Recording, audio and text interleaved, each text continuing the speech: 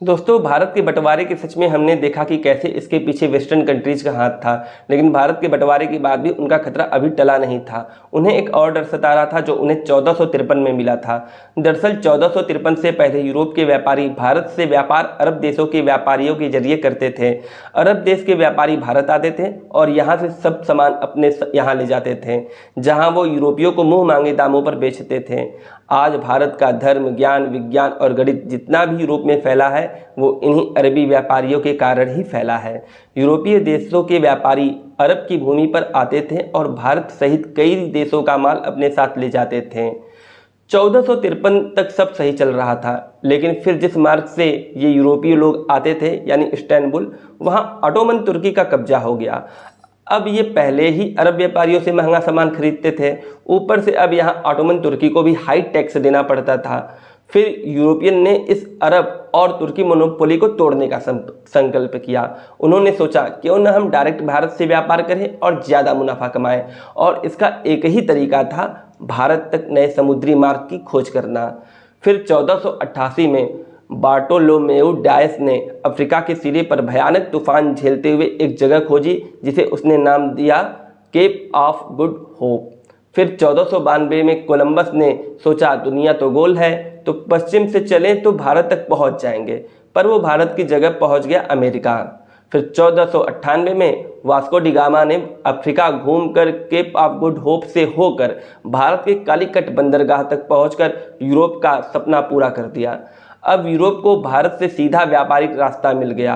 अब न तो उसे तुर्की को हाई टैक्स देना पड़ता था और न ही अरबों से महंगा सामान खरीदना पड़ता था। लगभग 400 सालों तक यूरोपियन इसी रास्ते का उपयोग करते थे, लेकिन फिर मिस्र में 1869 में फ्रांसीसी इंजीनियर फर्डिनेंड डी लेसेप्स के नेतृत्व में स्वेज नहर बनी, जो भूमध्य सागर को लाल सागर से जोड़ती थी, यानी यूरोप से भारत तक का सबसे छोटा समुद्री रास्ता।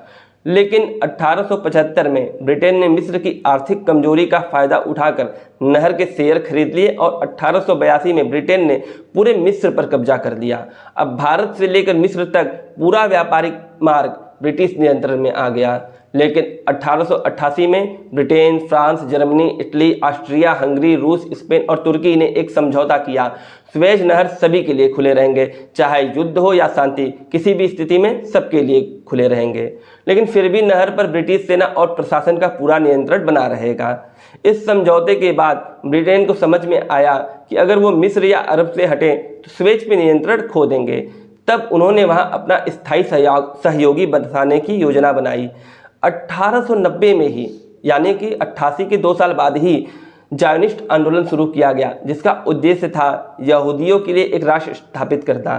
इस आंदोलन को लॉर्ड रॉथस्चाइल्ड जैसे ब्रिटिश यहूदी पूंजीपति का समर्थन मिला और 1917 में बालफोर डिक्लेरेशन के माध्यम से ब्रिटेन ने कहा हम फिलिस्तीन में यहूदियों के लिए एक नए राष्ट्रीय घर की स्थापना करने का समर्थन करते हैं। यहाँ मैं एक और बात आपको बता दूं, स्वेज नहर का शेयर खरीदने के लिए भी लॉर्ड रॉथस्चाइल्ड ने ही कर्ज दिया था। यानी ये पूरा प्लान ब्रिटिश साम्राज्य के हितों से जुड़ा हुआ था, धार्मिक भावनाओं से नहीं। दूसरे विश्व युद्ध के बाद जब यूरोपीय देश कमजोर हुए और अपना सारा उपनिवेश छोड़कर जाने लगे, तो उनके मन में यह चिंता थी कि इतने मेहनत से खोजे और बनाए गए समुद्री रास्तों पर किसी और का कब्जा हो गया तो वो आगे क्या करेंगे। भारत की तरफ उन्होंने क्या जुगाड़ किया ये तो मैंने आपको पहले ही बता दिया है। अब बारी है स्वेज नहर की तरफ के कंट्रोल की। ब्रिटिश जानते थे कि अगर वो मिस्र छोड़ के जाएंगे तो आने वाले समय में उनका स्वेज से कंट्रोल खत्म हो जाएगा, क्योंकि स्वेज नहर सीधे सीधे मिस्र, तुर्की, फिलिस्तीन, जॉर्डन, सीरिया और अन्य अरब देशों के पास था। तुर्की और अरब पहले भी 1453 में यूरोपियन का रास्ता रोक चुके थे, इसलिए यूरोपीय कभी नहीं चाहते थे कि दोबारा ऐसा हो। दूसरे विश्व युद्ध 1940 और 1945 के बीच में हिटलर के द्वारा किए गए होलोकॉस्ट ने पूरी दुनिया में यहूदियों के प्रति सहानुभूति जगा दी। सबके मन में यह भावना लाई गई कि यहूदियों को एक नया देश बना के दिया जाए। लेकिन यूरोप में किए गए अत्याचारों का समाधान कहाँ खोजा गया? फिलिस्तीन में खोजा गया, स्वेज कैनाल के पास। यह अपने आप में एक राजनीतिक गणित थी। असल में इससे वेस्टर्न कंट्रीज को 3 फायदे हुए। स्वेज नहर और मध्य एशिया के तेल क्षेत्रों पर स्थायी नजर रखी गई, अरब देशों के बीच में फूट पैदा किया गया, मिडिल ईस्ट में अमेरिका ब्रिटेन समर्थित एक सैन्य बेस यानी इजराइल को स्थापित किया गया। और इस बात की पुष्टि इसी बात से होती है कि दुनिया भर से मार मार कर भगाए गए यहूदी कैसे 7 अरब देशों को एक साथ हरा देते हैं, 6 दिनों में युद्ध जीत लेते हैं। यह बिना अमेरिका और यूरोप के सहयोग के संभव ही नहीं था। और फिर जब मिस्र ने स्वेज कैनल का राष्ट्रीयकरण किया तो भी ब्रिटेन, फ्रांस और इजराइल तीनों ने मिलकर मिस्र पर हमला कर दिया। इससे भी ब्रिटेन की सच्चाई सबके सामने आ जाती है।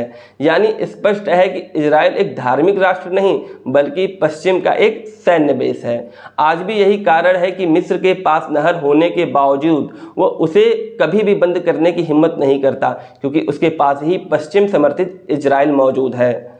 तो दोस्तों, ये कहानी सिर्फ धर्म या राजनीति की नहीं बल्कि व्यापारिक नियंत्रण और जियोपॉलिटिक्स की कहानी है।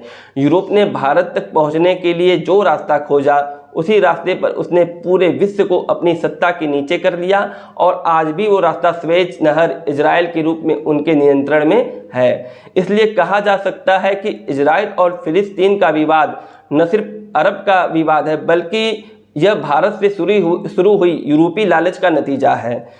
वैसे कुछ लोग तर्क दे सकते हैं कि फिलिस्तीन में यहूदियों को इसलिए बसाया गया क्योंकि वो उनकी धार्मिक भूमि है।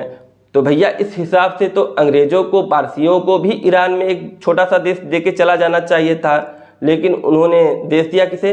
पाकिस्तान को और यहूदियों को, वो भी अपने मतलब के लिए। दोनों ही देशों की स्थापना धर्म के नाम पर हुई, लेकिन मकसद धंधे को बचाना था। तो दोस्तों, आज इस वीडियो को यहीं समाप्त करते हैं और आप लोगों से रिक्वेस्ट है कि कमेंट करके बताएं कि वीडियो आप लोगों को कैसा लगा, और किसी बात पर सहमति या असहमति हो तो वो भी आप बता सकते हैं, कोई सवाल हो तो वो भी आप लोग पूछ सकते हैं। धन्यवाद।